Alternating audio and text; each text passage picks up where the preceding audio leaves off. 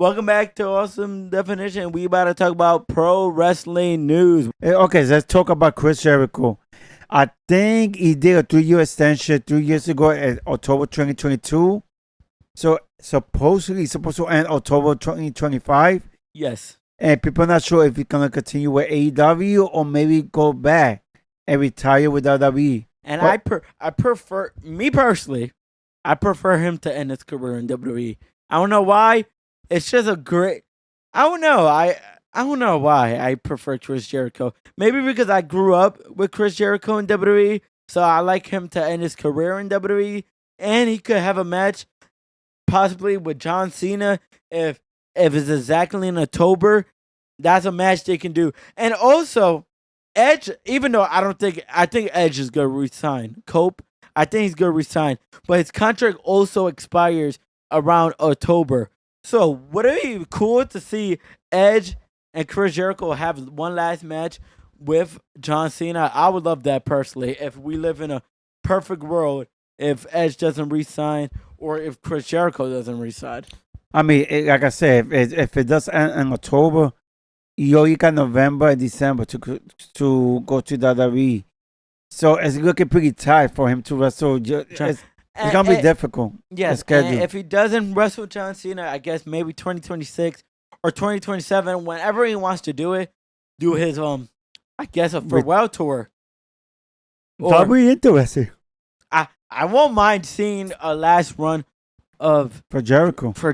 I don't know about you, but I really because you know what I really like. I feel like Chris Jericho is very underrated. You know why I love Chris Jericho? Because with different wrestlers, some wrestlers stay the same character. Chris Jericho knows when it's the right time to change the character. Chris Jericho, you can literally, this would be a good idea. We can literally do a tier list of different characters of Chris Jericho.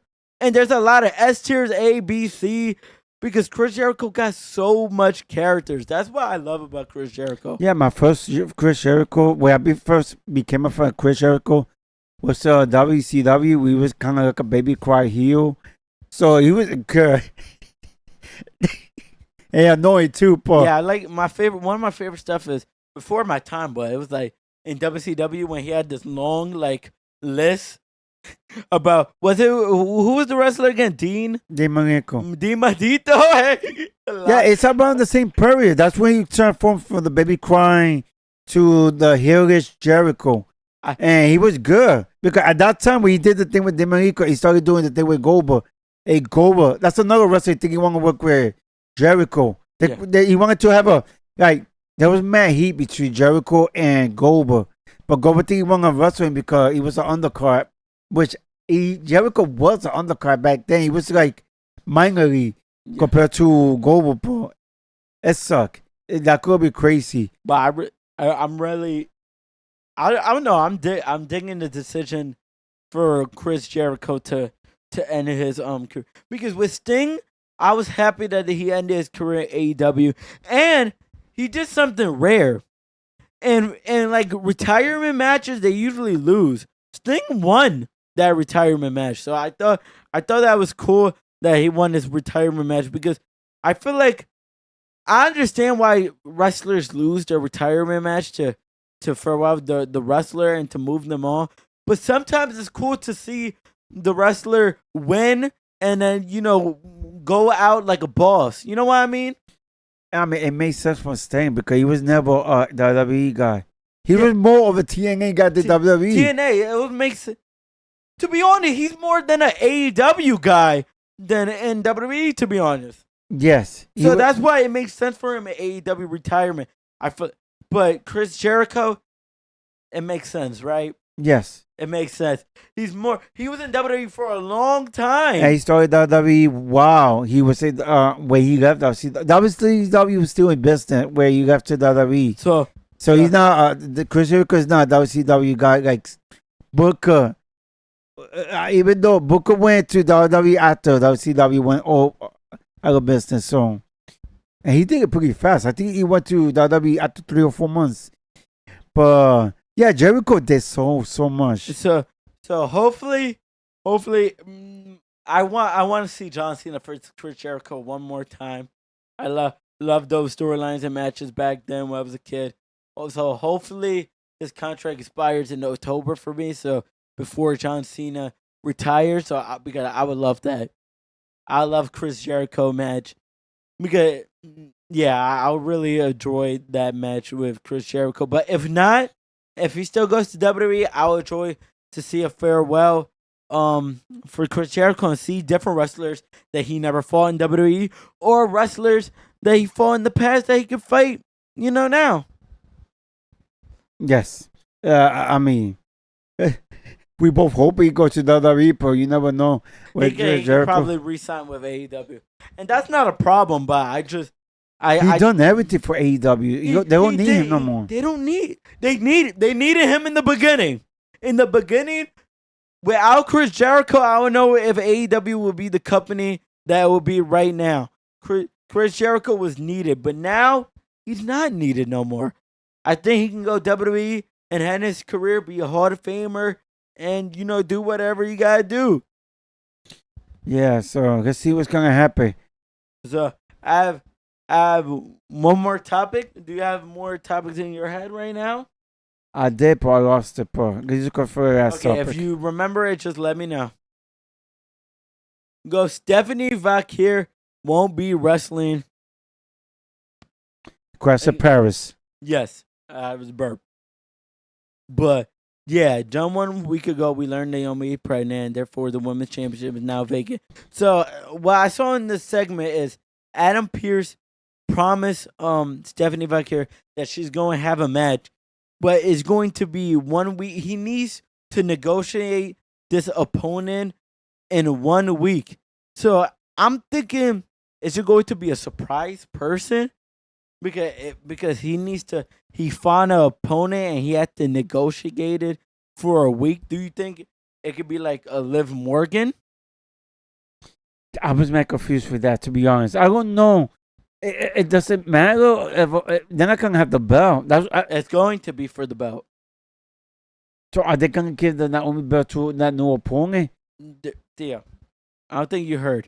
So Stephanie Vakir is the number 1 contender. Yes. Adam Pearce said we're looking for opponent for her. So whoever wins that match is going to be the women's championship. You don't get that? Stephanie is gonna fight a woman wrestler, and they're gonna go against each other for the vacant women's World Heavyweight Championship. I mean, I get it, but I think it would make more sense that we'll have a tournament. But I guess they can't right now. If it's a surprise, if it's not Naomi, if it's Liv Morgan, then I get why you do that. I get you want to do a surprise. It has to be somebody surprising. It would be weird if it's a regular person that's not injured or not from NXT or not a surprise person. If they just prick like a Io Sky or a Rhea Ripley or what were you gonna say? I mean, it could be what's her name? But Bianca, you think? Bianca could be. That's a good possibility as well because she's injured. I think it has to be something. If they're not gonna do a battle royale or a tournament, I think the person has to be a surprise. What do you think about that? It's gotta be a number 1 contender. Could be like you say, Liv Morgan or Bianca Belair. That's the only 2 I could think of that could deserve the belt. Yeah, Who else? No, that's it. I don't want it to be somebody that's already active in Raw. Because if you haven't somebody active in Raw, then you should have did what you just said, a battle royale or a tournament. Yeah, that would make more sense. So if it's a surprise person, if it's Liv Morgan or Bianca, you'll be okay with that without having a tournament?